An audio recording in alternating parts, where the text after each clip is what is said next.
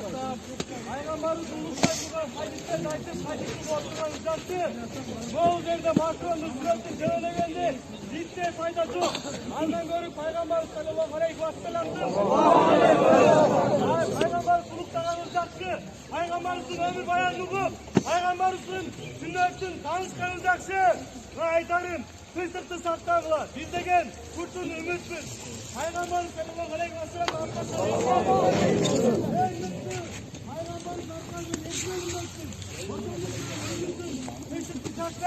kurtun olsun gerek. Biz degen prezidenti kovalan meçhul demez bu. Bu yerden Peygamber suluktağı için geldik. Belgile iyilerine durgula. Deminizden hadisli bakşı bilesizler. Aldıra çıktılar. Evet, yaşlısı. Peygamberimizin Kur'an'da okullar. Kur'an'da okullar. Ne? Yaşlı. Belgile Kur'an'da. Allahu Ekber! Allahu Ekber! Allahu Ekber! Allahu Ekber! Allahu Ekber! Allahu Ekber!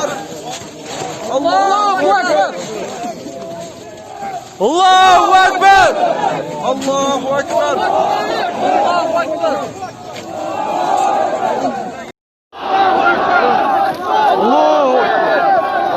Ekber! Allahu Ekber! Allahu Ekber! Allahu Ekber!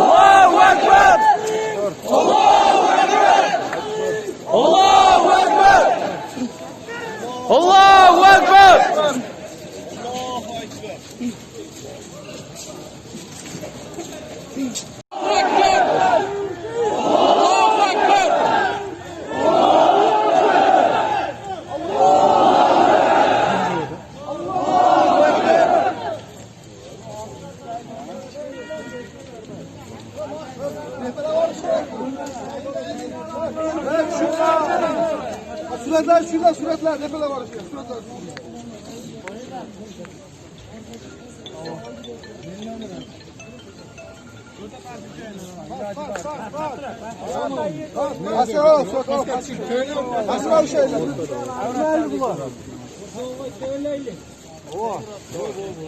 Tekbir! Allahu Ekber! Allah!